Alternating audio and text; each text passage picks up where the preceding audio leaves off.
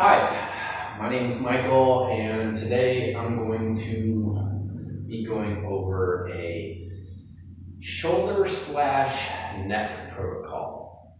I guess just a little bit before we dive in, if you know anything about human anatomy, great. If you don't, well, then that's probably why we're having this conversation, right? If we go at the base of the skull, or the EOP, the external occipital protuberance, those are your new words for the day, that's where the trapezius muscle begins. It goes down to the edge of the shoulder, the acromion process, and then inserts into the lower back region at T12. So just to do that muscle alone, we can see there's a head, neck, shoulder, and back connection.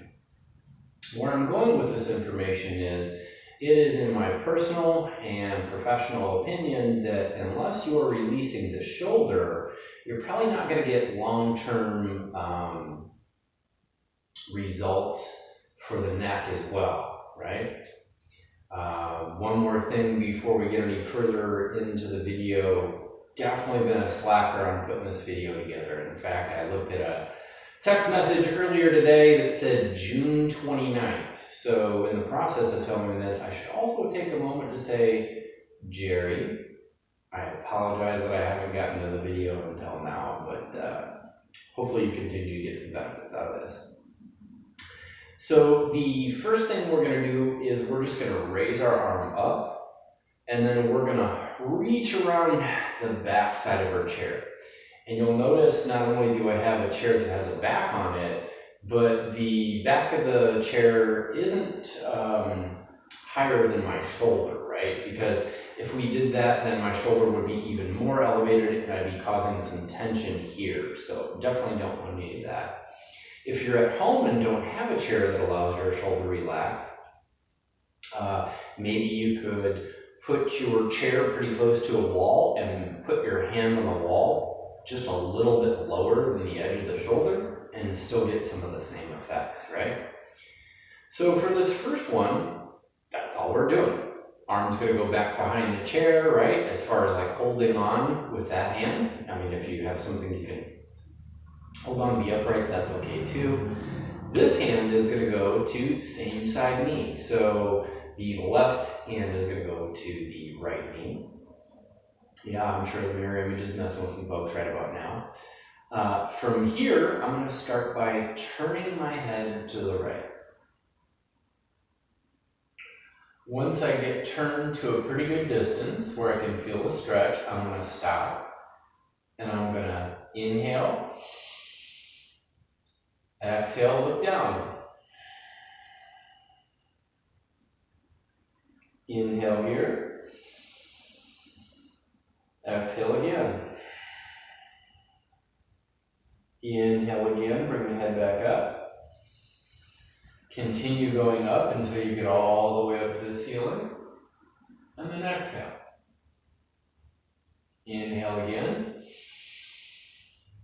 Exhale. Bring it back to neutral. All right, other side. So we're going to inhale, turn the head all the way to the left. I'm going to inhale, exhale, I'm going to look down at the ground, inhale, I'm going to look back up.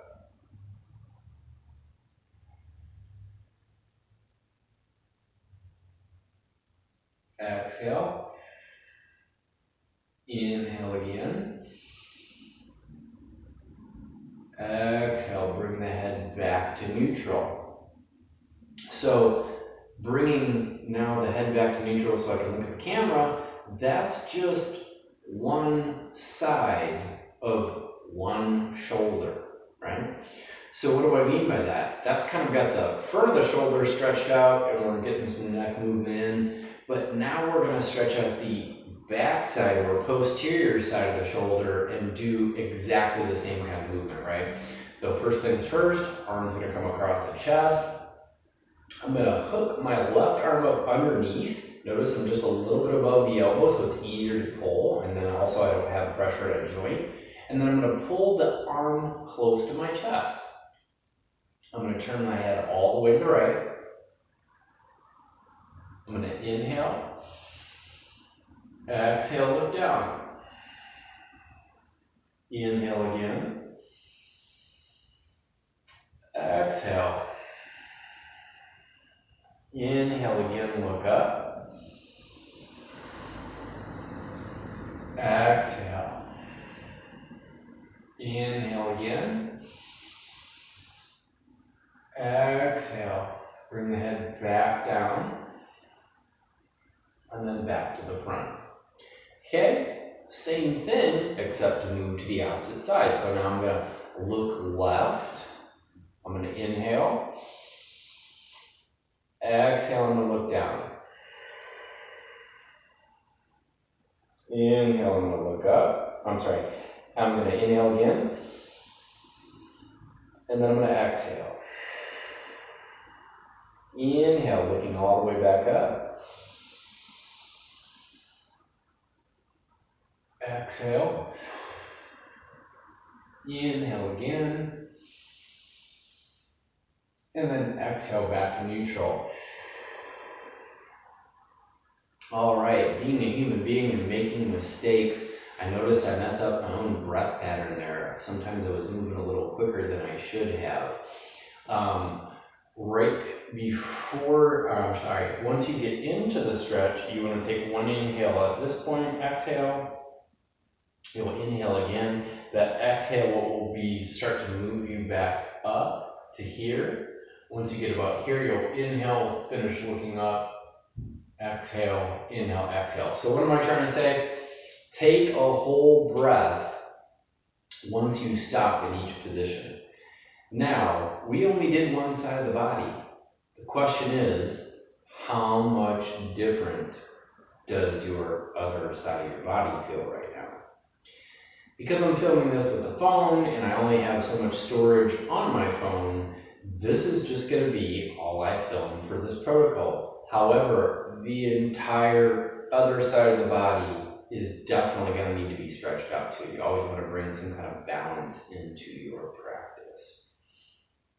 The only other thing to talk about is how many reps should you do? Well, I mean, it all really depends on what your goals are. If you're really looking to change things around fast, I'd say maybe do 9 on each side. If you're not as gung-ho, maybe 6.